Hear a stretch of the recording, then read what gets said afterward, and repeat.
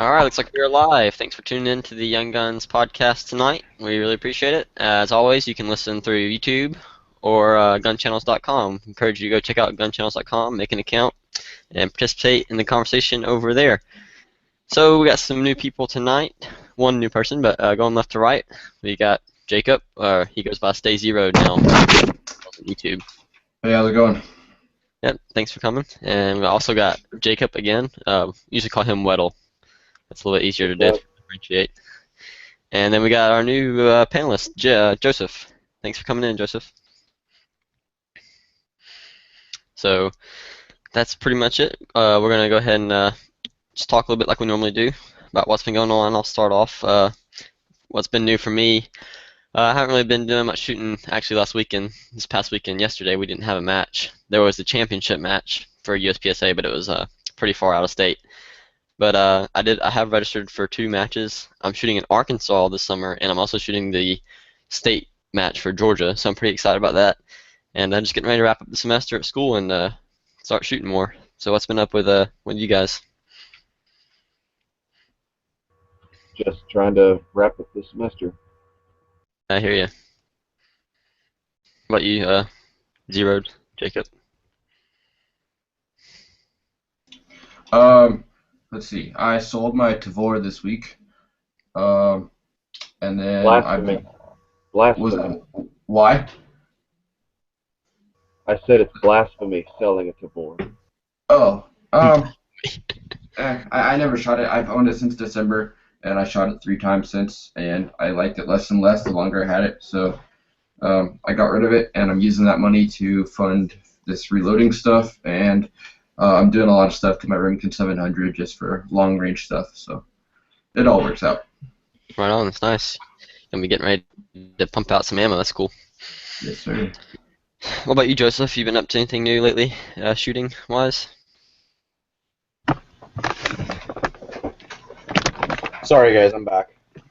Oh no, perfect timing. We are just talking about what's been new with us. And you missed the introduction, but it's cool. This is our new guy, Joseph, by the way. He's been on Gun Channels a little bit for a while now, so say hi. Hi. Perfect. So, have you been shooting any lately? Anything new with you? Well, yeah, I picked up, 1 second here. How much is it? I picked up 100 rounds of 308, 360 rounds of 7.62 39, about 40 or 50 rounds of 7.62 54R. Oh, right on. You're shooting the comm block weapons, right? For the most part, we get them cheap, so. Yeah, that's pretty sweet. All right, that's cool. So that's what's been up with us. We'll go ahead and start the topic tonight. As you guys can see, is titled "How to Practice," and pretty much what we're going to talk about is just fundamentals of shooting, and really like what we like to work on. I mean, even from the beginner level all the way to the expert level. And we're going to talk about pistol, and then we'll talk about rifle as well. Kind of split it up, keep it separate, but just talk about the fundamentals and things like that we like to practice when we go out and shoot. I'll go ahead and start it off. One of the most critical things, I think, my opinion, the most critical thing for shooting a handgun is the proper grip. Because if you don't have the proper grip, you're going to be all over the place. You're not going to be able to manage the gun, and the gun's going to go to the path of least resistance. So if you give it no resistance except up, you can manage that recoil, so it goes straight up and comes right back down instead of canting left to right or any other weird direction. So that's just one of my opinions. What do you guys think about shooting pistols like that? What do you normally try to focus on? For me, I try to focus on sight picture for the most part. Mm-hmm. For me, grip comes more naturally, so sight picture is the big one. Right, that's definitely a big one, a big thing to practice as well. I would say that's like number 2 or number 3 for sure in my book. What about you, Jacob and Weddle? What do you guys think? I'm gonna say, like, so far, for the most part, I've just been working on sight picture, trying to dry fire and keep my sights steady as I'm firing. And I think I'm kind of at the point I want to start working on speed a little bit, because so far I've pretty much only practiced like slow shots and just trying to keep those grips pretty small. Right. Now I'm going to start trying to introduce a little bit of speed to it, see what I can get. I think what you're talking about, Jacob, though, is also trigger control, trying to keep the sight steady Yeah. while you're shooting. Definitely. Good point. That's what I was going to follow up on, like how I said, to me, grip's most important, but then right after that, it's sight alignment and trigger control. They're like those two are pretty much tied. It's pretty close. Yeah. From my job when I was like instructing, just basic handgun classes, along with grip, an important thing and overlooked thing is stance. A lot of new shooters, especially, are like afraid of the gun or something like that, and so they lean back when they shoot. And so as soon as they fire their first shot, I mean, they're falling over and they just aren't able to control the gun as well. So once you give them a good grip and a good stance, a good foundation, then you can build up from there, and they can do wonders from there. Yeah, that's really true. I'm actually glad you mentioned that. I completely didn't even think about it because like Joseph was kind of saying, it's kind of like a natural thing for me. But yeah, I mean, shooting isn't just an upper body thing or arms thing. It's a full body thing. You got your hips got to be pointed to what you want to shoot at. You got to have a good steady stance. There's different kinds of stances out there, so you can always try to experiment, find what you like. Now that I think about it, I think all what we're talking about is all fine and dandy, but if someone's really just starting to get into shooting, I think muzzle control would be the biggest thing for all gun training. Oh yeah, as far as safety, we talked about that actually a couple podcasts back. We okay. talked all about safety. There was that. I remember, Joseph, did you see that video where that guy was downrange and they were shooting a competition course, and there was a guy downrange still who was like picking up brass or something? No, I didn't. Okay, well, we'll have to show it to you later, but yeah, it was pretty bad. He didn't get shot or anything, though. Luckily, they saw him before they got to that part of the course, but yeah, we talked all about that, and yeah, definitely muzzle control. Safety comes first. Yeah, once you have safety, then all of this other training stuff can follow it. Right, that's kind of when you can have a little bit more fun and enjoy it. Yep. But yeah, talking about stance, what I like to do is I usually stand usually I'm moving when I'm shooting, but if I'm standing still, usually I'll put my left foot, because I'm right-handed shooter when I'm shooting a handgun, so I'll usually put my left foot forward just a little bit, and I'll keep my knees slightly bent. And you want to put almost more than half your weight on the balls of your feet. You want to be leaning forward a little bit, like Jacob was saying, to have a steady base and everything, and not letting the gun rock you and things like that. Okay, you gotta quit saying Jacob, because there's two of us in here, and we both also go by different names that are different than each other, but we both answer to Jacob. All right. Well, what do you want to? What does Jacob K want to go by? Do you want to go by your YouTube name on gun channels and everything? Stay Zeroed. That's easier for you. Am I muted? Sorry, I can't see the other window. I don't know. Zeroed, Stay Zeroed, whatever you guys want to call me, Jacob. Jake, I don't care, whatever. I'll probably call you Zeroed, and then I'll probably call Weddle. Okay. Because that's what's on this little picture too. So Or you can call me, like, Wadle, since that's how it's pronounced, but I guess Wadle. it's really whatever. Weddle. Yeah. Just call me Joseph. That's what I am on gun channels. So. All right. So now we got that cleared up. It's good. Okay. So talking about the basic fundamentals, like we were saying, the grip and everything, all that plays a huge role. And Wadle mentioned dry fire, and that's actually a really big portion of what a lot of the competitive shooters do. It's also very useful for anybody wanting to train just to be more comfortable and gain that muscle memory of drawing your firearm and knowing exactly where that gun's going and where your first round's going to be. And I do that a lot. Try to. It can get kind of boring, but it's very good practice. Before you do that, though, I'd recommend you look into what model gun you have. On a lot of rimfire guns, it's not a good idea to dry fire unless you have snap caps. Mm-hmm. And for a lot of other firearms, like 1903 Springfields, it's a bad idea to dry fire, period, because they have very poor firing pins. That's true, yeah. I shoot a Glock, so it has no problem. All of my firearms were created in the last century, so I don't really have to worry about that very much. But yeah, like if you've got an old gun, or like a 1903 Springfield, or like a break-open shotgun or something like that, yeah, you don't want to dry fire, you want to have some snap caps. But if you're shooting like a modern polymer pistol, or like an AR or something like that, you can pretty much dry fire away and don't have to worry. Yeah, it's mostly all the older firearms. I mean, there are some still firearms being produced, I guess, that warn you not to dry fire. That's usually almost definitely in the manual. Well, almost all 22 firearms, the firing pin will hit the top of the chamber and cause the firing pin to crystallize if you dry fire it too much. So yeah, fine. Yep. Outside of rimfire and old guns, you can dry fire fine. If you have a 1903 Springfield or similar like era, or a rimfire of any age, you should not dry fire. Outside of those two instances, you ought to. Right, like I have one rimfire that I dry fire a lot, and that's only because I checked specifically for that model. It's the Ruger 2245, and it actually has a pin in the bolt that stops the firing pin from going too far, like you said, and hitting the chamber and everything.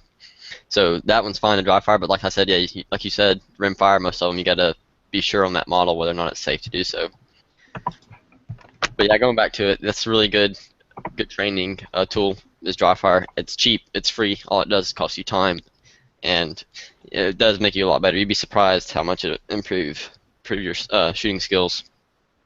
Especially when it comes to reloading, or practicing for a misfire or a stovepipe or something along those lines. Right. Yeah, and that's like you said, snap caps. That's another good thing for those too. For when you're practicing with live fire, snap caps are great to replicate malfunction drills. I've actually been meaning to do that and either make some snap caps or buy some and use them because I really need to work on that actually. But usually, if I'm having a good day, my gun doesn't malfunction. So. Yeah, it's good to practice those still, nonetheless. Right. Yeah, but we don't train for when we have good days, do we? That's true. Train the way you fight. That is very No, true. I just train in case I'm having a bad day. If I have a good day, my gun stays in my holster, but I don't train for days when it stays in my holster. Well, I should say good when I have a good match. There we go. Because I'm from the competitive standpoint, but yeah, from a self-defense standpoint, yeah, definitely. If my gun ever comes out of my holster, I'm either having a pretty good day because I'm at the range, or I'm having a terrible day. Exactly. Either way, it's not mediocre. Good point. Yeah, good way to put it. Couldn't have said it better, but yeah, it's pretty much cover the fundamentals. Like I said, grip, trigger, squeezing the trigger right. And one thing about when you're using your trigger finger, a lot of people don't know is what part of the finger to use. Now this will be based on how large your hands are and the gun size of the gun. But typically you want to use the part of your index finger. You don't want to use the first crease, and you don't want to be like on the fingernail. You want to be like on the pad almost, because you want it to be a straight back. You want it to be straight back pressure. You don't want it to be pulling to the left or right. Because if you put too much trigger finger in there, it's going to pull to the left. You don't put enough in there, it's going to pull to the right. Talking in the perspective of a right-handed shooter, anyways. Yeah. While we're on the trigger, another thing that might be good, if you're a newer shooter and you don't know this, if you're firing a handgun, don't bring your finger all the way up to the front of the trigger guard. Hold it back to the end, and then slowly let it forward for the reset. Yeah. Holding your finger farther down on the trigger, towards the bottom of the trigger shoe, is usually a lot more easier and a lot consistent. And that's usually where the lighter trigger pull is actually at, on the very bottom. Did you mean where to put it, Joseph, like vertically on the trigger, or did you mean like don't let your finger all the way forward when you're letting go? No, don't lift it all the way forward after you fire it, because you see all these people. What would be the wording I'm looking for? Slapping it. They stop touching the trigger when they. They call it trigger slapping. Yeah. Trigger slapping. There we go. And that used to be the old way, like back in the probably 70s and 80s. That was how people taught it, and people used not to use the resets on the triggers. And I've actually noticed. I've been watching. I watch a lot of pros shoot, especially the competition shooters, and some of them who have been shooting for a long time. They've mastered that and they can do it, but it's a lot harder to be able to do that and be consistent and accurate with it. So yeah, like for me, like I do exactly what you're talking about. I don't let my fingers on the trigger the whole time. Now, I'm sorry. Go ahead. And even the people who quote unquote slap the trigger, what they're doing is they aren't really slapping it. Their finger pretty much stays in contact with the trigger all the time. It's just that they let the trigger all the way out. They don't ride the reset like I do. And it's actually faster that way in some cases for the shooter. You can shoot faster that way. That's exactly what I was about to say. I've heard, I forget exactly who it was, but it was some pro shooter, and he was actually saying, at a certain point, you need to quit riding the reset. You need to start letting your finger all the way out off the trigger and then bring it back in. And like you said, like at a certain point, like for us, probably not faster than riding the reset. But if you're like a really, really high level pistol shooter, you're going to actually want to start learning how to do that, because that's the only way to get faster. Like after you peek out, you're gonna be able to maintain your gun and manage it then. Whereas like a new shooter trying that technique wouldn't be able to have good hits on the target. Yeah, exactly. Good point. But yeah, we talked about that. Going back to sight picture. Sight picture is pretty straightforward. There's all kinds of different sights out there, but and you can adjust them to where you want the bullet to hit. I actually like mine to hit a little high above the sight, like because you have a That's three. a bullseye hold. What's that? You like a bullseye hold. You like the bullet to hit above your actual sight post. So you Right. can see I don't want. where your I target's going don't. to be. Right. I don't want the bullet. I don't want the sight to be covering where the bullet hole's going to be. I got to be just a tad above it. So I try to get my gun set up that way. But yeah, I mean, pretty much basic pistol sight. It's just flat on the front blade and it's flat on the back, and there's a cutout in the rear sight, and you just make sure that the front sight is level with the rear sight, and there's equal space between each side of the front sight. Some of the front sights will fill up the whole gap of the rear sight. It just depends on which ones you buy, and that's the one thing to mention. The smaller front sights will give you better target acquisition. You'll be a lot faster picking up the sights, but a larger front sight will be a little bit slower.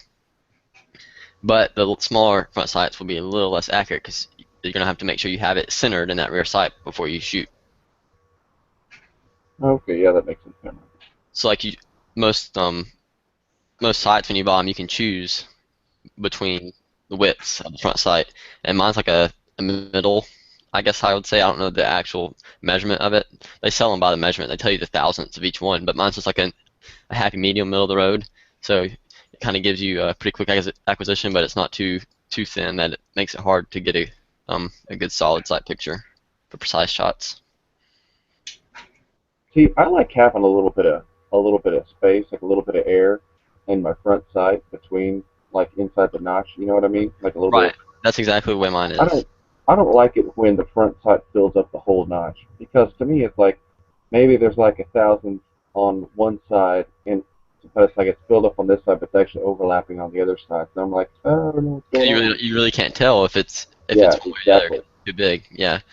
Exactly. But I guess I like that space. the proper sights for that kind actually fill the rear sight up exactly. So I mean, Yeah. if they're well made sights, maybe they are. I only have one set of sights like that, and they're like high vis, and they're not very. I mean, they're like $50 sights. I think they're not very high grade. I mean, they work, and I have them on 1911, but the front sight on them is just huge, big honking piece of fiber optic up there. So it's a little bit different. I definitely prefer the thinner front sight. Anybody else want to say anything about the sights, as far as what you like or how you use them? For me, I bring the gun up. I don't move my head to bring the sights into focus. I move my gun into the view of my eyes, rather. What am I trying to say here? You just You bring stand the there gun and you up to eye bring your level. gun into your line of sight. Yeah, that's it. Yeah, that's very good. That's actually you want to see where you're shoot. You want to see where you want the gun to shoot, not put the gun there and then look to where you want to shoot. If that makes any sense. It's like if you're shooting 3 targets in a row, you don't shoot the first target, then move your gun, then look. You shoot the first target, and by the time, like say if you're just shooting them each twice, by the time you shoot that second shot on the first target, you should already be moving your head before the gun, and the gun should be following it. It's just another, thing to mention. Of course, I think you were Well, talking more about in, drawing and comp- stuff. in competition, that's what you want to do for sure. But if you're doing a more practical application, like if you're doing more practical shooting, you're going to want to watch that target until it goes down and then move to the next one. I actually heard a police report about an officer who was who was involved in a shooting, and I mean it was just as plain a competition, like it was as plain and perfect a setup as a competition shooter could want. It was literally 3 bad guys like equal distance away from him, and one of them moved and he just drew out his gun and he double tap, double tap, double tap, except he was between the first and second shot on the second guy, third guy shot him. So it's like he just brought out his gun, he just double tap, and then in between the double tap on the second guy and his boom to the third guy, that guy had already shot him. So he was like looking directly at those targets and he was like moving his gun, but he wasn't taking in everything. So you He gotta wasn't definitely, he wasn't fast enough.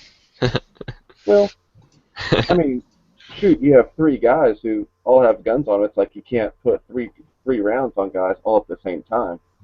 No, So yeah, I guess you could say he wasn't fast enough. But then again, I don't know if there's somebody in the world who could have been fast enough. oh, definitely. If depending on the distance, if it was like 10 yards or closer, if he would have put, if he went a double tap, well, I mean, it is good to train to shoot twice. Double tap, that's what they teach, and that's good philosophy because your first shot might be a miss or not a bad hit. So, but there's people who could shoot, I mean, it's not hard. With training, you can shoot probably in easily under 2 seconds flat, 2 rounds on each target. Of course, that is enough time for the other guy to shoot him, like you said. That's still a pretty good bit of time. The takeaway that I read, the guy who was reading, he was said the guy, like the officer, honestly would have been better if he'd have just run and put a round on all of them, and then started back at the first guy who had been shot first. Like after he put one shot on the first guy, one shot on the second guy, one shot on the third guy, if he'd have then gone back to the first one, Right, because at the most, then gave him the double tap, he probably would have been a little better off. But instead, he took the time to put 2 shots on the first guy, and then 2 shots on the second guy, and the third guy got him at that point. So did he end up shooting the third guy again? No, he got shot and killed. Really? Well, I don't know if he got killed, but he definitely got shot, and he didn't end up like catching him or something. I don't know. It turned out bad for the officer. I don't know if he survived or not. But I just remember that he tried to double tap on those guys like he shot competition, and it turned out not very good for him. Yeah, hopefully he had a vest on. Yeah, definitely. Now, if you're a cop and you have access to a vest and you don't wear it, you're an idiot. Yeah, well, it depends. I mean, a lot of them don't wear them whenever they're in. I mean, if you're in the subdivision, like getting a cat out of a tree for a kid or something like that, something cliche like that, you're not gonna be wearing your vests because they're hot and they're heavy. But Hell, I have a vest. But it's worth it, So I mean, it really depends on the area you're policing too. Listen, if you're a police officer, you should wear a vest no matter what. Yeah, I agree. Yeah, like, if I was a police officer like in Atlanta, I'd have if you're gonna put your gun on, you got to put your vest on. If it's not dangerous enough for your gun, I'm sorry. Go ahead. Especially if you're having it out in the open. I mean, if you're carrying your gun on your hip, you're obviously a police officer. That makes you a target. Yeah. Exactly. Mm-hmm. Yeah. Anyways, going back to the topic, talking about trigger, sight picture, and all that. We talked about grip. Grip is different for different kinds of handguns, but pretty much you want to get as high on the gun as you can, and then you want to put the space that the other side of the grip is showing. You want to take your weak hand and you want to fill that space. I'll actually turn my camera on. It's easier to demonstrate. So if you have your handgun here. Are we only going to do handguns tonight, or do you want to go into rifles as well? We're going into rifles as well. We're about to wrap up handguns soon, probably. Okay. Yeah, I know you're probably getting bored because fun. I know Zero is probably more a rifle guy. That's what he's been into. But so with a handgun, go ahead and show it's clear. You want to come in as high as you can, which usually isn't a problem for most people. It's usually not that hard. It's pretty basic. Just get high. It depends on the gun. Well, for a semi-automatic handgun, you want to be high. If you're shooting well, yeah, you want to try and get as high as possible. If you're shooting like a 6-hour, you can't get just real high. Well, no matter what grip it is, though, you can go as high as possible on that grip. So I'll put it this way: yeah, you want to get as high as you can. You want to get as high as you can without the slide biting you. That's all there is to it. High grip, low grip is never good. You don't want that because then it's gonna flip. You want to be control on top of the gun. So you want to come in high grip. You want to have a firm grasp, and I'll talk more about how hard you should grip the gun later. And then you want to take this part of your hand right here, the meaty palm, and you just want to stick it right in there and fill that gap and put your thumbs forward and point at whatever you're shooting. That helps you, have better, just point the gun better. As well, your thumbs are kind of acting as a downward force, and they're kind of keeping the muzzle in a, returning to the sight picture after you fire. So it's pretty much, it's pretty straightforward, not hard. A lot of people sometimes will want to take their thumbs and like do crazy stuff, like wrap it like that. That's never a good idea.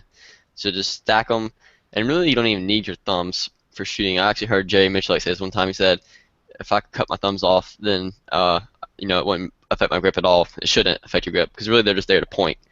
Yeah.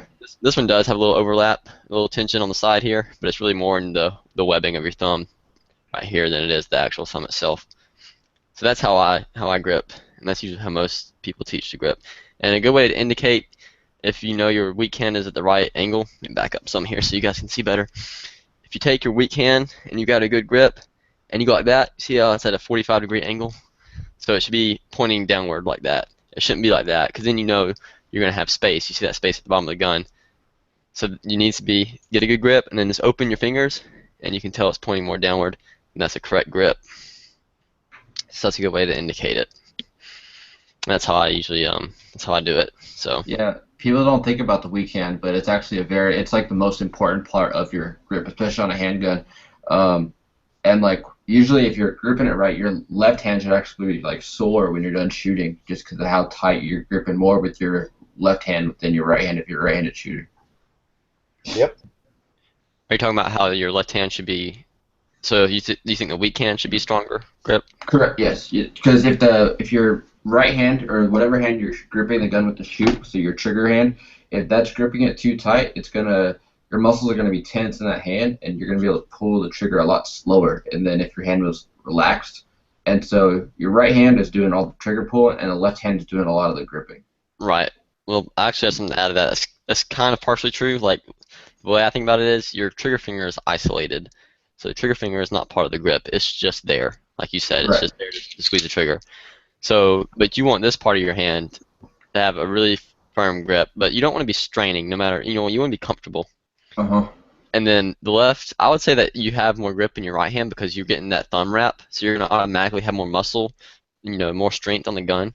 But like you said, really with this, you're driving your hand in to fill that gap, like I said, and keep it in place. And like you said about being sore, yeah, you'll be sore after if you're not used to it. Yeah, you should be pretty, you'll be tired. And I've shown these before on camera. I do grip training with these things right here. You just squeeze them, and just do grip training. That increases. Pretty good idea.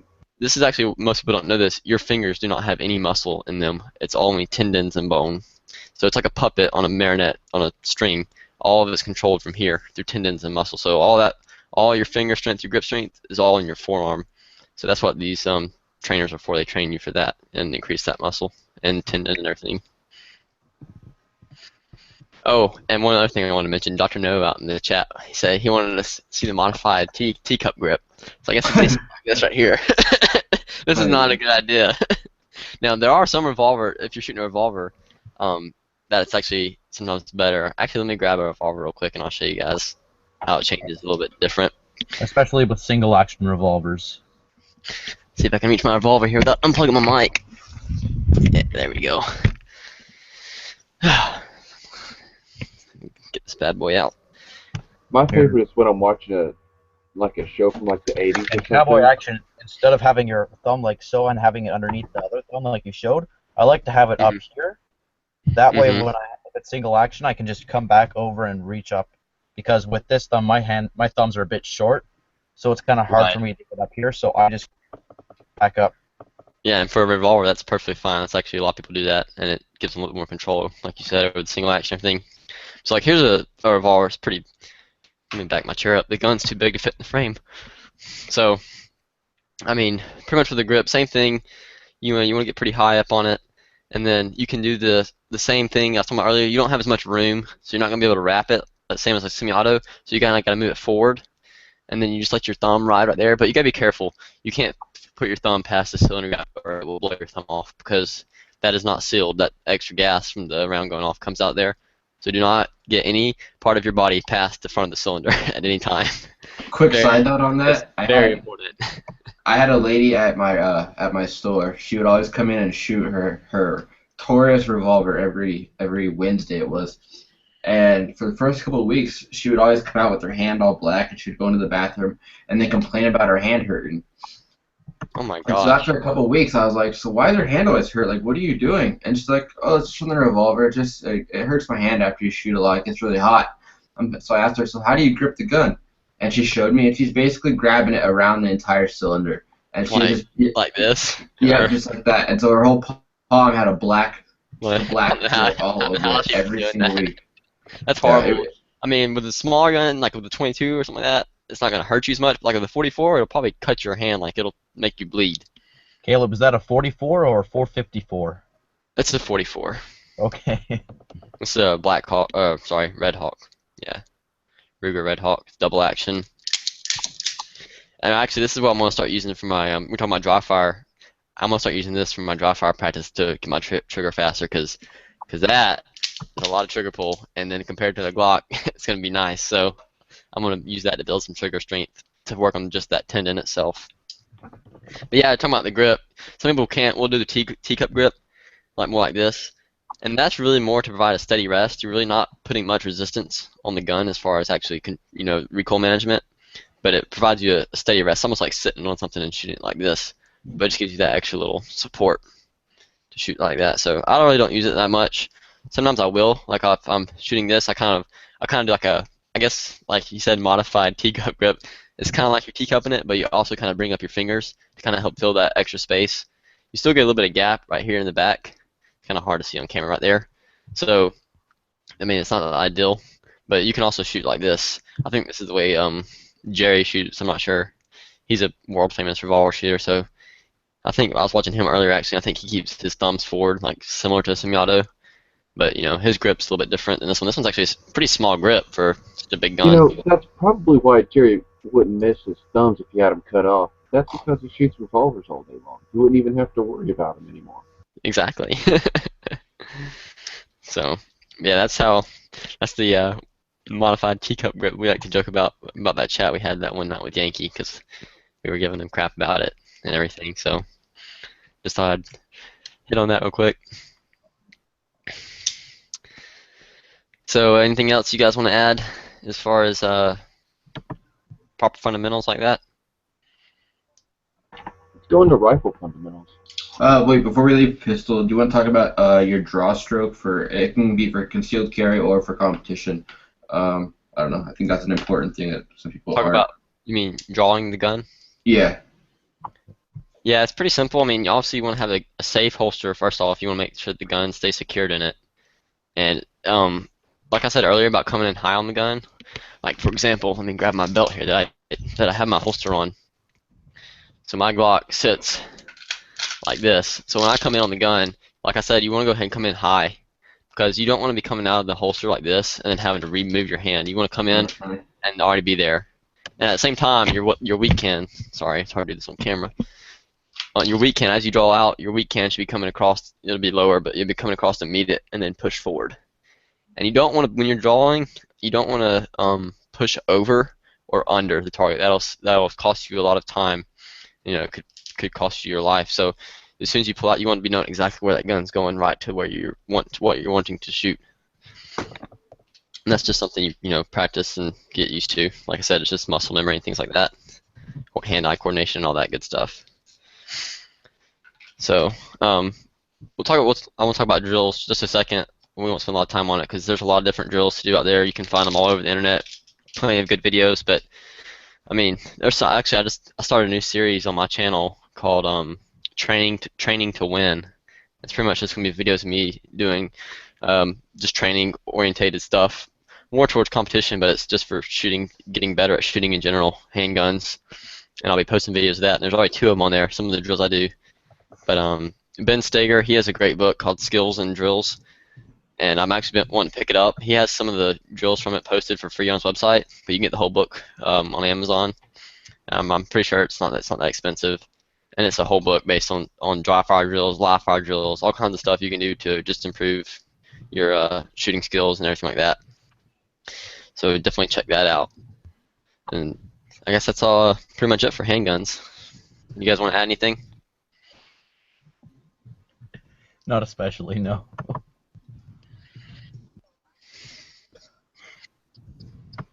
All right, then I guess we'll move on to rifles. So we'll let Jacob take it away here. What do you like to focus on a lot when you're shooting your rifles? There's a lot of stuff, especially like precision and trying to be as accurate as possible. There's a lot of things that come into play, but just like handguns, it's your grip, your stance, I guess, matters. It's not necessarily a stance; it's more of your like positioning behind the rifle. If you're like prone, I like to be squared up completely behind the rifle instead of like canted off to the side, just so the rifle tracks straight after every shot. Mm-hmm. As far as your grip goes, you'll see a lot of precision shooters. They keep their thumb on the same side as so if they're a right-handed shooter, they're going to keep the thumb on the right side of the gun, and that's so you prevent yourself from like pulling the gun right or left when you pull the trigger, just from your hand gripping the gun. So we're talking like a traditional rifle stock here, right? Correct. So like what you're talking about, I got a rifle right here actually. Is like you're talking about thumb. They'll keep it on this side. Yes, Like yep, this. just like that. Okay. And because if your hand's on the right side, when you pull the trigger, you could push it to the. So if you're right-handed, you could push it towards like the left, I guess. It just prevents any other way of moving the gun. Mhm. And then, oh, I don't know. Breathing's very important with precision shooting. I like to shoot at like the pause that you have, your natural pause, which is at the bottom of your breath. That's what I like to shoot at. But yeah, just I've heard some people refer to that as they call it like natural point of aim. And like one of my friends, like Connor, who comes in here and chats with us, he actually told me about that. He learned it like at Project Appleseed, which is by the way a great clinic to go to. I haven't been to one, but I know a lot of people who have, and they teach you how all the basics, anything like that. They're all over the country, but they teach you natural point of aim. Like pretty much, you should be able to close your eyes and then take a deep breath, and then let your breath out. And when you open your eyes, your crosshair should be pretty close to what target is. And if it's not, that means you need to readjust your, if you're, usually it's when you're laying prone is when you do that. It helps the best. And you move your body or your shoulders like based on that position so that the rifle rests more, to where what you're shooting at instead of having to force the rifle over to the target. One Yeah, thing, I I just- know I'm taking a little bit of a step back, but with the keeping the thumb on that side, do you do the same thing with pistol grips? No. This is specifically for precision shooting. Like Oh, when okay. when I grab my AR-15, I'm gripping it like a pistol, so you can get full control of it. But when you're shooting precise groups, you want as little play in the gun as possible. So you're doing everything you can to prevent pushing the gun side to side. Yeah, that makes a lot of when you sense. see Actually. guys, so when you see guys shooting like AR style rifles for groups, and you see them like pull their thumb from around the pistol grip, and then they like keep their thumb on the same side as their trigger finger, is that appropriate or is that like snake oil? Like what is that?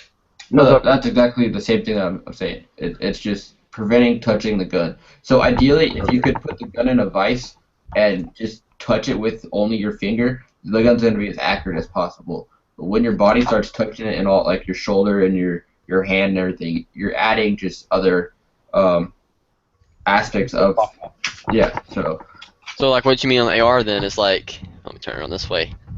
So they keep their thumb, well, it has to do it this way because it's a different style grip, right? So You can still rest it on your other side. It works. really, like that? Yep, just like that. I've never tried that. I might have to give that a try. If you're doing precision, I could see that working, but otherwise, I'd say just stick with the traditional pistol grip. Yeah, probably for fast like close-up stuff. Because when we're talking rifles, we're talking more like we said, the traditional stock rifle, like precise shooting, not like running gun. Because really, that's a whole different topic, Yeah, keeping Yeah, keeping the thumb on the same side as of the gun as your hand, the rest of your hand is on, is the way I use most of my hunting rifles. Mm-hmm. Mhm. Yeah, Well, because I think when we're talking about rifles, when I think rifle, I think like long range with a scope, and traditional stock. Okay, you bud. I mean, and then I guess the ARs and the AKs are like more of their own class. Well, the AK is more just traditional. Well, no, it has pistol grip too, but like You're right. They do have their own classification. It's called a rifle. a modern rifle. It's a modern sporting rifle. Hey, man, I mean, it's a rifle that shoots a rifle cartridge. Yeah, out of a exactly. 16-inch Oh yeah, barrel. definitely. It's just a different manual of arms, I guess you could say, a whole lot different. And then I guess from there, people think that sight picture and sight alignment kind of goes out the window just because you have a scope with crosshairs and you put the crosshairs on the target or right on the target. But that is not true whatsoever. It's very, very important to get a good sight picture and everything. especially on high magnification. And some people don't realize that there's parallax in the scope. And to put it in layman's terms, at different distances, just the way the glass is and stuff, it'll be blurry, I guess, is the easiest way to say it. So at 500 yards, if your parallax is set for 100 yards, it's not going to be as clear as it would be if you have your parallax set to 500. And so a lot of the higher end scopes will have an adjustment for that. And so you just turn the knob to the 500 yard mark, and then the scope will be crystal clear at 500 yards. Right, what they call it, the adjustable objective or something like that. Yeah. Yeah, my the scope on my 7mm 08 has an adjustable objective on it. Yeah, I've only got a couple scopes like that. I've got one on my Yes. 17 HMR actually. It's pretty Some of nice. them you'll see the front, like the front objective is what you adjust. On my scope, and a lot of the more like practical tactical scopes, it's a turret knob on the left side, so opposite of the windage knob. hmm So we talked about the grip and everything, and talking about the breathing. Like, what do you think? You think it's best to, like you said, shoot at the bottom of the breath when you're releasing your breath? I like to go 2/3 out. 2/3. Yeah, so I have 1/3 capacity left. See, I usually shoot. Well, it depends on how close it is. If it's like, if it's really far. Well, let me define that. When I say really far, like when it's past like 100 yards, like 200 yards or farther, I try to definitely the breathing's more critical at that point because it's a little bit, your every little movement in your body is going to be magnified. So I usually, like I said, I usually shoot towards the bottom of my breath, almost like sometimes where I'll hold it, but not very long. Maybe for like 2 or 3 seconds I'll hold it and then I'll take another breath if I need to. But that's usually where I crack the shot at. What about you, Jacob? Yeah, I find the bottom to be the most. It works best for me. Is what I like to do. Yeah. And I'll I just don't, kind of settle into it. Do you I guys don't like know to shoot where on the, do you guys like to shoot on the inhale or the exhale? I like exhaling myself. exhale, definitely. That's what I meant Yeah. by. I'm Yeah, sorry. so you Sorry. exhale, and as soon as you're all like deflated is when I pull a Yeah. shot. Sorry, that's what I meant when I said the bottom of the breath. It's like when you're almost out. As you're exhaling all your air. I was gonna say some of the best groups I've ever put together with a rifle. I wasn't like trying to see like I wasn't like letting out all of my breath and then shooting. I wasn't shooting it like with a third of my breath left. It was just I was just getting into like a breathing rhythm and then just whenever it just felt good, I would just let it go. Now it was somewhere around like a third, like less than half, but like more than at the bottom.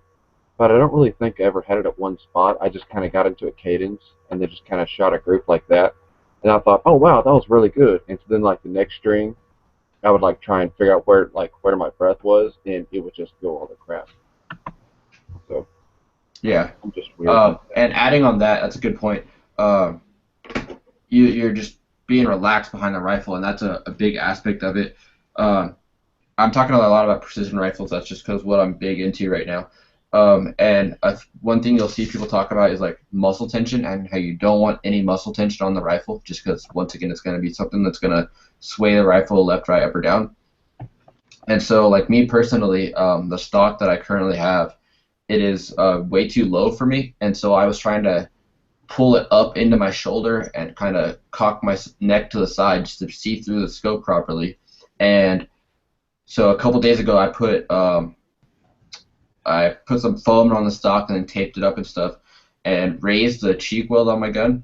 And now my groups are a lot more consistent and tighter, just because I'm more comfortable behind the gun and I'm not like pushing it anyway. I'm just letting the gun basically just sit there and I'm just pulling the trigger. Yeah, it really helps. It really sucks when you have a scope higher than your cheek well or something like that. Mm-hmm. That's the way my 17 HMR is, and I would change it. Like I would probably change the scope or whatever, or put different mounts on it. Actually, I couldn't because it has like a 50 millimeter. It's crazy the objective on it, but I don't really worry about it because it's a smaller caliber rifle, so I'm not gonna be shooting it that far distance anyways, and it's really easy to control. But yeah, like that's really critical on a larger rifle because that's like, and that's why rifles are more accurate too. Talking about the cheek weld and everything, you have 3 points of, well, really, I guess 4 points of contact. You have contact here, contact out here, and then you also have contact right here on your shoulder. So that gives you a lot of stability and a lot better platform. Whereas like with a handgun, it's two, one and two, and that's it. Yeah. And then when you get into the prone, you have your bipod and even a rear bag at times too, so you get really lots of contact on the gun.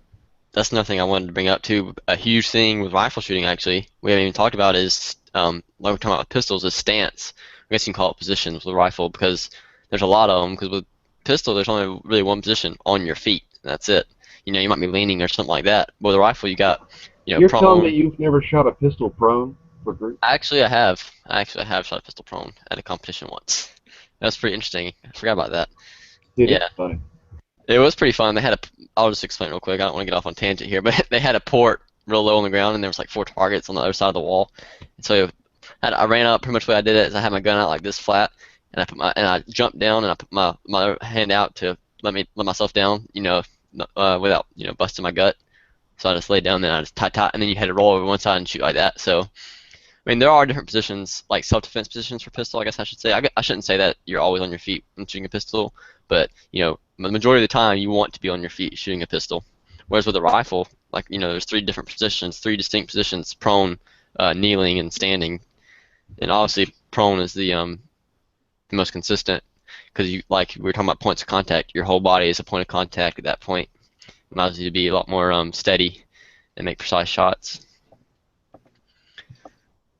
So is there any different, like, I guess, schools of thought on those kind of positions, Jacob, that you know of? Like, Yeah, what I mentioned kind of earlier when I was going over the basics, you'll see some people when they get behind the rifle in a prone position, they will, if the rifle's straight ahead of the target, their body will be kind of like 45 degrees off of the rifle, just because that's how they find more comfortable to kind of like rest their head on the stock. right. But you'll see a lot of the shooters at the matches. I went to a match yesterday actually, and you'll see them line up directly behind the rifle, so the rifle just comes straight through their shoulder, and basically a line down their body. And what that does is, from shot to shot, the rifle's tracking just straight back, so the recoil is coming. It's a straight back impulse. And with precision shooting, the follow through is a very important thing, part of the trigger pull. So when you pull the trigger, you want to pull it all the way to the rear and feel the trigger press the rear of the gun. And that's just so that you aren't moving it at the last second. Yeah. Right. And also, with it tracking straight back, you're able to keep your eye through the glass, and you can watch the bullet fly, and so you can see the vapor trail, and then you can know where your shot's landing and what to do for your next shot. That's so awesome. See, that's the only problem with me here in Georgia. There's not anywhere I have access, like, really over 200. I can shoot 300 yards here if I really try and set it up right, but it's really hard to do. So usually on my property, it's just 200 yards. So that's one cool thing about where you're at, being able to do all that. Yeah, as a quick side note, the match I went to yesterday, it was a bench rest silhouette match, and so they were shooting targets from 560 to 960, and the targets were 1 MOA targets per distance. So 960, it's a 9-inch-ish target. Oh, wow. That's small. Yeah, and it was crazy, the rigs that they were running. They were all, like, bench rest guns, so they're 20 pounds with crazy front rest, crazy rear rest. They're all shooting oddball calibers that they hand load themselves. So you didn't go out there and shoot with them? No. I got invited out, and I just went to watch, and really I learned a lot from watching them. So some of the stuff I'm telling you today, I learned from them. And one guy had a really high-end pair of, like, military Steiner binoculars, and they were on a tripod, and he let me just take it around and stand behind the shooters. And so I was just watching their impacts and basically spotting they had their own spotters, but I was basically a spotter behind them, and so I'd be able to watch the vapor trails and just see all the impacts of the rounds all day long. That's pretty cool. I know we went a little bit off topic, but while we're still on positioning while shooting rifles, although it's great while you're prone to either go 45 or, as you said, Jacob, straight back, I think you should train in all ways, because yes, straight back might be better for long range precision, but if you're doing a run and gun situation, like what crap, I'm terrible with names. Sorry, man. Anyways, what he was saying, whenever the position where he had to go shoot prone with a pistol, well, he's never done that before, so it's best to practice with everything, because you never know what you might encounter. Right. Definitely. Yeah. Exactly. Prepare for all situations. Well, there's kind of 2 schools of thought on that, because, I mean, yeah, while it is good to train for all situations, so that you're never really completely surprised by something, at the same time, what would you consider enough situations to train for? Because, like, there's a million different ways something could go down, and there's a million different pieces of cover, and, like, 1,000 different ways you could utilize each of those pieces of millions of cover. So it's like, really, how many different ways should you train for? Like, how many different positions should you try shooting from, and with what guns and like rolled over on your side or I guess that's why I they have what something they like call that. like fundamentals because ideally the fundamentals will help cover most of those. And then I guess it's also a huge mental game. You got to have your head a cool head about you for those yeah, Oh, kinds of I and things. agree I with that. The way I think of it, if you're training for as many possible things, sure, something might pop up, but you'll be trained with all these other ways. It's better to train for 6 different ways in a contingency of a million than just having one way that you've trained. Fair enough. I'll go for that. Yeah, I think it's all contingent on your discipline that you're training for. So if it's the defensive aspect, of course, you want to know every way possible to defend yourself. If you're doing uh, competition shooting, you're going to train competition. If you're going to do precision, you're going to train precision. Just get into a consistent way of doing things the most efficient way possible. So you got to be flexible just depending on what discipline you're shooting. Yeah, you don't want to be changing things up all the time. And that's kind of like how I kind of was when I first started competition shooting. I was like wanting to try all these new things, but then when I finally figured out, it's more about the shooting and anything about shooting and practicing, and just I finally got what I wanted set up. I didn't mess with anything, and everything was you want consistency. It's a big part of it. It's being consistent with your training and everything.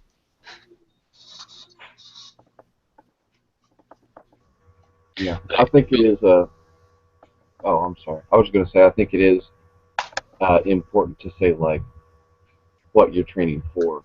Because yeah, if you're training for like a run and gun, you aren't going to want to be like 90 degrees behind the rifle all the time. Sometimes you're going to try to be 45. Sometimes you're going to want to be like at a right angle to it. But if all you're training for is F class or bench rest, you would only want to try and be like straight in line with the rifle. Right, and that's like what you're talking about, what you're training for. That's a really good point because like right now, I don't train for self-defense because I don't carry a gun because I can't right now. So I train for anytime I shoot, I'm really training for competition. But when I do start carrying a gun, I probably will train separately. I'll take my carry gun out there, and it'll be completely different than when I train for competition. I'll be like out there like doing all kinds of weird like standing like 2 yards away from the target or something like that, and be like yelling stop and using my hands, hand motions, things like that for just different self-defense trainings. And there's a lot of great classes out there too for that. And that's why they're so popular. People, like to go to them and learn how to do that. So yeah, just you got to figure out what you're training for. Yeah, I want to take a class like that sometime. Not necessarily handgun, but probably a fighting rifle or something like that. Mhm. Yeah, it'd be really fun. I'm probably gonna do the same thing. But as soon as I turn 21 and I start carrying, I will go to a class like that. But going back to the rifle shooting, prone. You're talking about shooting prone, like at a 45-degree angle. Like I stay pretty much behind the rifle. I do find it like better if my shoulders are a little turned. But, like it's pretty much my body is behind the rifle. But I know I've seen a lot of people do all different things with their feet, their legs. Usually I just like sprawl my legs out like as far as I comfortably can. I don't know. Hmm. What do you do, Jacob? Yeah, Same thing. so I'm behind the rifle, and my legs are, I guess, like are a shoulder width or wider stance. I guess just a wide platform, just a stable platform, Right, whatever's like comfortable. if you make it, like if you think if this is your legs, it's like a Y, pretty much, right? Yeah, yeah. Yeah, that's the same thing I do. I do probably the same thing, but getting back to something like a run and gun situation, I think you shouldn't just practice at straight and 45 degrees. You should also practice going around corners if you're going to be doing prone and stuff too.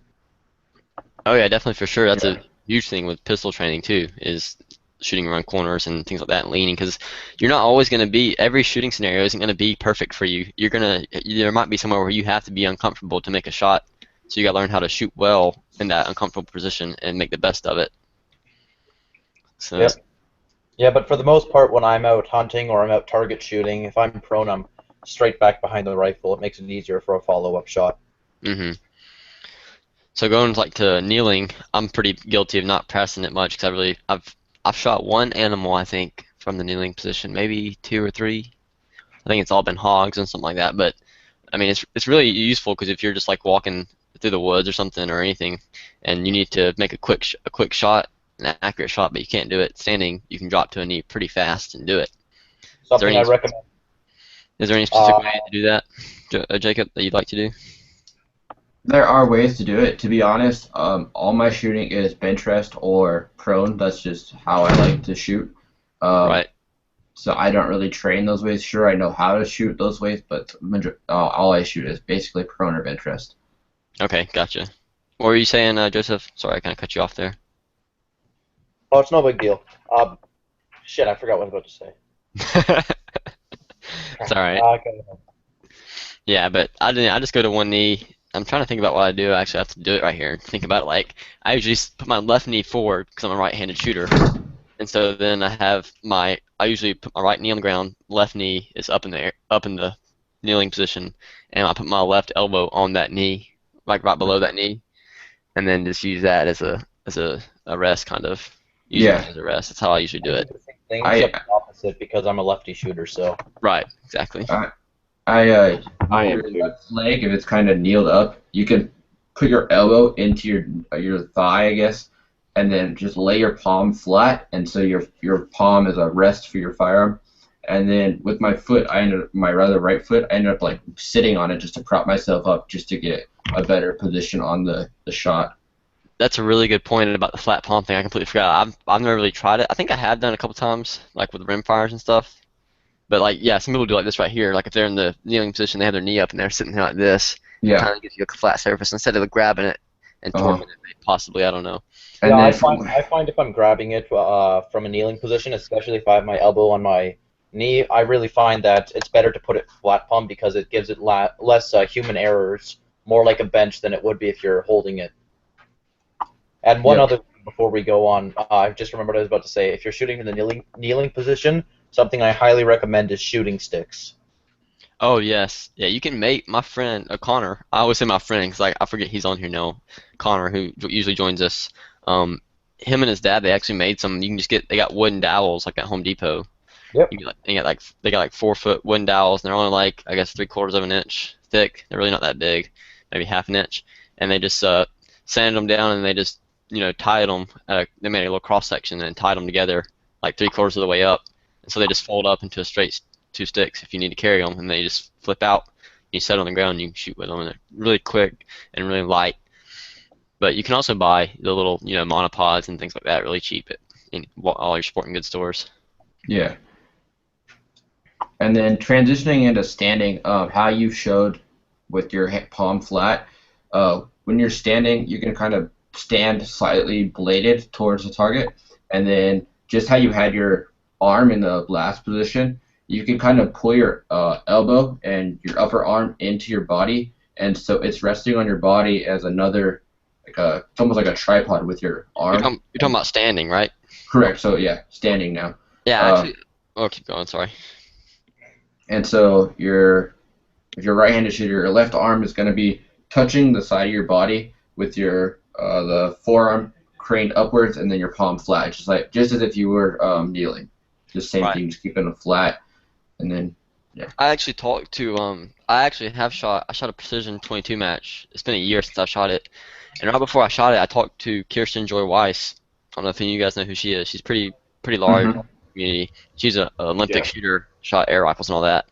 And I was talking to her in one of her videos, just commenting, and I was asking her like, what's the best? I had kind of seen how she had shot standing up, and I was trying to replicate that, and I was asking her like, what's the best way? Because I was going to be shooting at this competition. It wasn't timed; it was just accuracy. So you stood there and you got 10 shots, and you took whatever targets you want for different point values. But anyways, I was talking to her, and like you said, the way she shoots. If you watch her videos, move my camera down some more so you guys can see my hips. Like the way she does it, she kind of stands like you said, bladed to the target, so that the Hmm. target's this way, and she kind of leans back and lets this hip kind of like act as a support, and uses this elbow, and she shoots Yep. like this right here, and that's kind of Just like like that. gives you the That's more one stable thing I was going to position. bring up about using your palm as a rest when you're standing. You tend to lean back, so that's great for 22s. But a high-powered rifle, like Yeah, 308 or up, it's not going to be good for your back, that's man. that's I was just about to say that too. Like it's not gonna be great for. It's not gonna give you much Well, recoil, just man. like But it's everything else we've been nice shot. saying about, just like everything else we've been saying about rifles, it's extremely dependent upon what discipline you're going for. Like this is a static position, extremely stable, no time limit, low power, like 22 rimfire or air gun accuracy competition. This is not shooting powerful rounds. This isn't shooting for speed or anything. This is like a very narrow discipline. Right, exactly, Very and low power. that's why I was talking to her about it for that match. No, like if you're like hunting in the woods or something, you might just be like this right here and lean with your left foot. If you're shooting a hog, like running at 50 yards, You're not going to be sitting there like this right here trying to shoot. You're going to be like this, leaning in the rifle and following target, just trying to make the shot. Yeah, You're not trying to hit a bullseye. You're trying to kill an animal or something. So, here, the way I do it, if you're going to have the flat palm, obviously you're going to be leaning back like this, right? Mm-hmm. But the way I do it for most heavier rifles, I keep my elbow almost at 90 degrees underneath it if you're going accurately. Lean into it, and you just aim right down the sights, and I sort of go at an angle. My body's at an angle, sort of facing towards it, right? Right. That's pretty cool. I'm trying it now, actually. That's not a bad deal. I like that. So, like, for like a little bit, get kind of a pretty good precision and also kind of be quick and be. How long can you hold that position for, though? Like, if you're trying to go for the utmost accuracy, like, when do you need to start breaking that shot because your support arm is probably you're after 30 seconds, I guess. With your accuracy, you're probably starting to get worse. Like, you could hold that solid for 30 seconds at least. It depends though, because I found even with my gun, and it's a 308, you can still do the stance I just showed you guys, or what Caleb showed you guys. Except you don't really like lean back, because of course that's not going to be as comfortable. But you can still kind of stand like that, because when you get into the heavier guns with like the fiberglass stocks and stuff, you can't really hold. I mean, you can, but to hold the position that he just showed, it's a bit harder to do. Yeah, like I have a Marenko M14, and it has it's stock. With that though, I tend to put my arm more to the side rather than straight. Here, 1 second.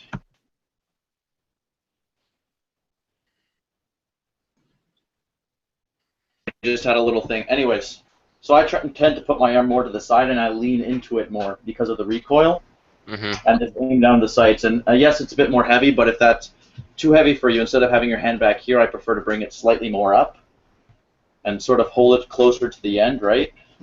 And just keep leaning into it, like so.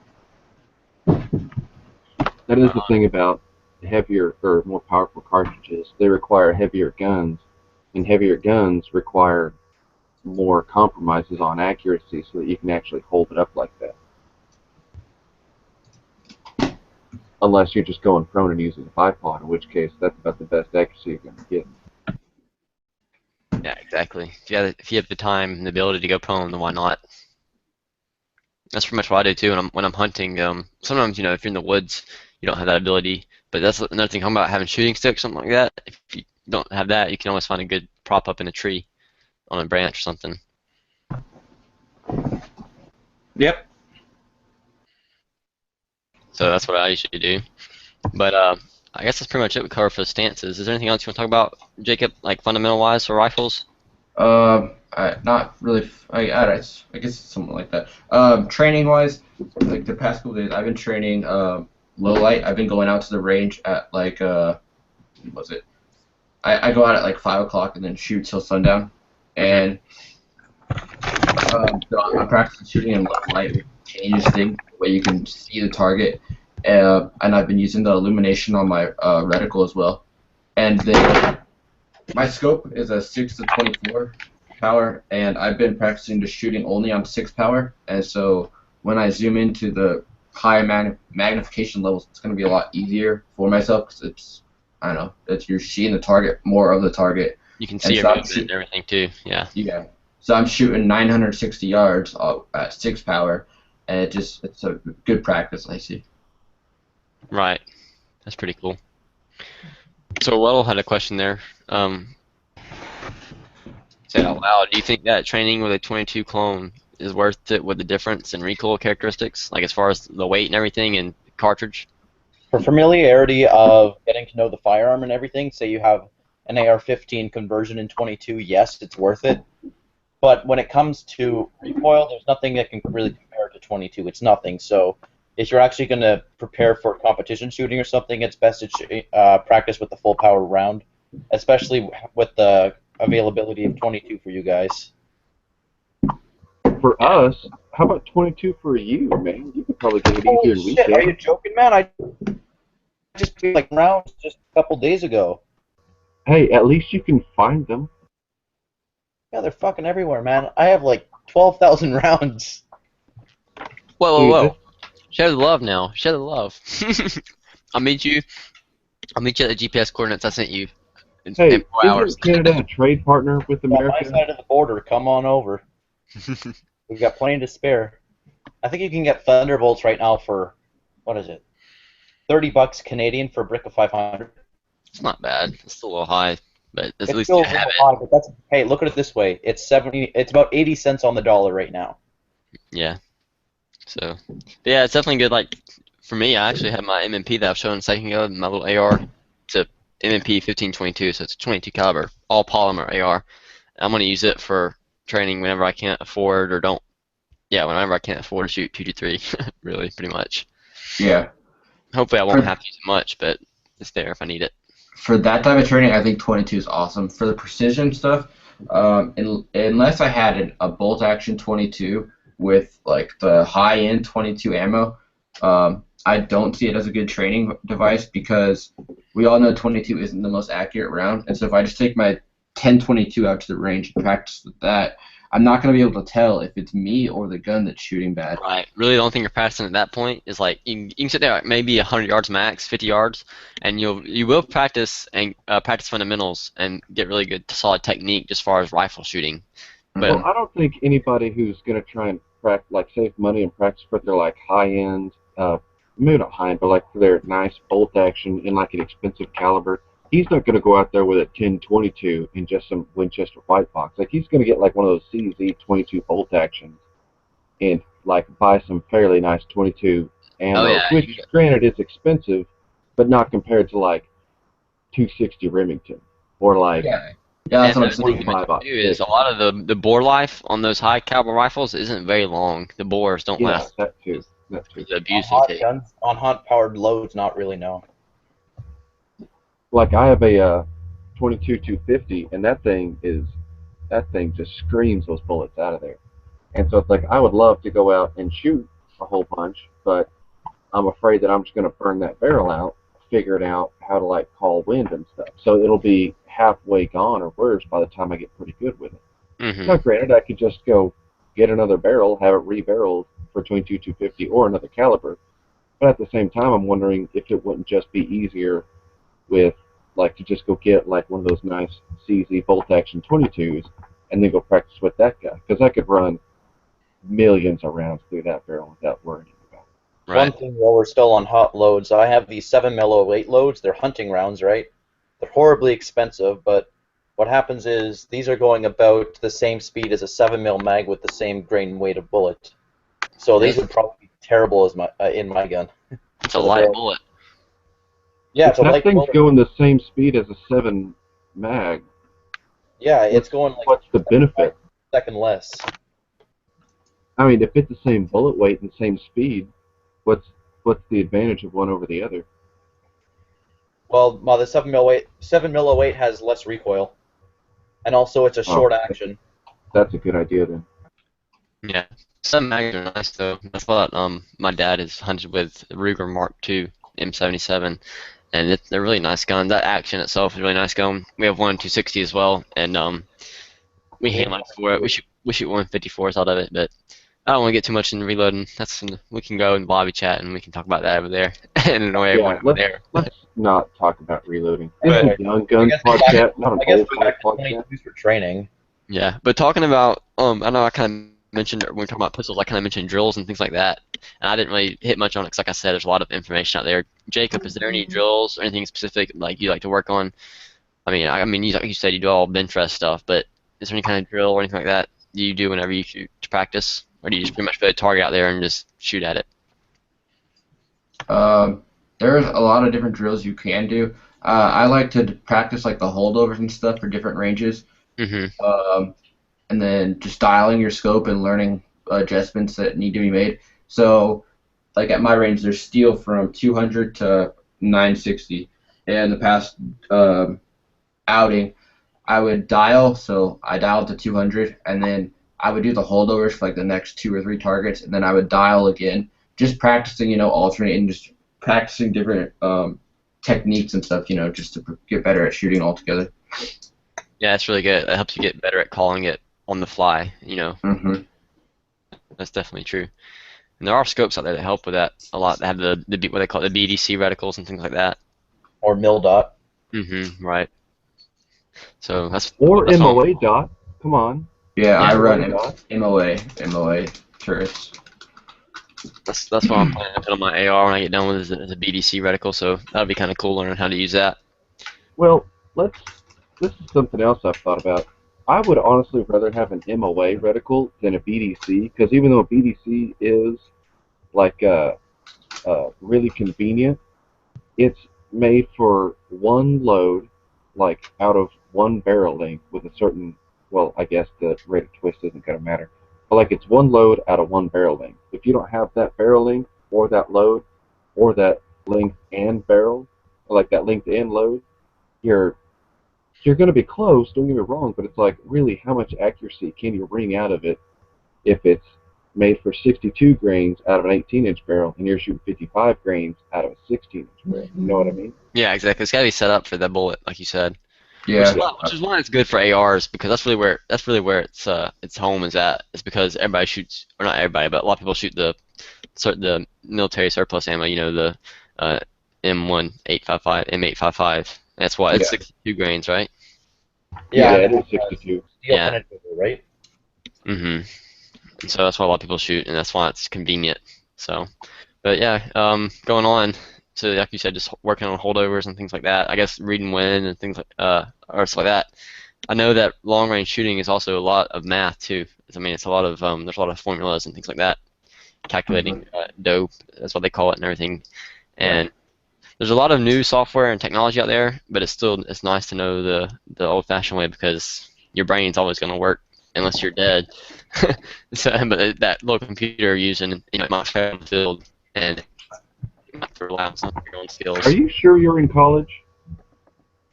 Because I've been in college for a while and I haven't died yet. There's been a lot of times that my brain stopped working. Oh, that's well, yeah. We'll just say running at minimum capacity, right? I can always start it up again if I need to, but it's not always just on standby going. Listen, the ripcord on mine broke. The startup isn't going anytime soon. Do you have a backup? Do you have an emergency Backup plan? generator, solar power. Right on. So yeah, that's pretty much I guess all there is to it. Well, Yeah. before we get going, did you want to talk about ammunition for training? No, not really. I mean, just there's so many different varieties. It's pretty large topic. We can do that for another time, I guess. But you know, pick what just do your research and pick what you need for your situation. You know, hunting versus precision versus self-defense. So that's a whole nother debate for another time. But yeah, and just do your homework. Pretty much all there is to that. So is there anything else you want to mention about rifles, Jacob? no, I'm good. So everybody's good. I think we'll go ahead and start wrapping it up here soon. I know we didn't talk much, like I said, about the drills and everything, but like I said, there's a lot of good drills out there for practicing. You can find, like I said, I just made a couple videos on my other YouTube channel, which is Ballistic Expansion. If you guys didn't know, that's who I am as well. I'm going to And have to go look those up. I posted one on the homepage of Gun Channels. So yeah, just would like to mention Gun Channels real quick too. That's where we're broadcasting through YouTube and also streaming into gunchannels.com. Like to encourage everyone, head over there and check it out. It's a great site, great people. It's free and it's awesome. It's like social media for firearm guys, so it's really cool. And I guess we're going to go ahead and wrap it up. We actually have a $10 certificate to give away tonight, thanks to our host of the site, GWebs, Gun Websites, and it is to the website gearhorror.com, which is where he sells all the patches and everything like that. Every Second Matters and all different kinds of patches over there. So check that out. But we're going to give away the $10 coupon to Robbie on Gun Channels. We actually decided a few minutes ago in the chat here. I was asking, and everybody picked Robbie. So Robbie, thanks for participating. This isn't the first time. You're always usually here, and you're always helping out, keeping the chat moving, and asking questions. So we're going to give that to Robbie, and Robbie, you can just contact me about that, and we'll get you a $10 credit to gear4.com. So thanks for tuning in tonight, guys. Keep practicing and shoot straight, and I guess that's it. Anybody want to say anything? Merry Christmas or Happy Hanukkah. All right, guys. Thanks for tuning in. Take care.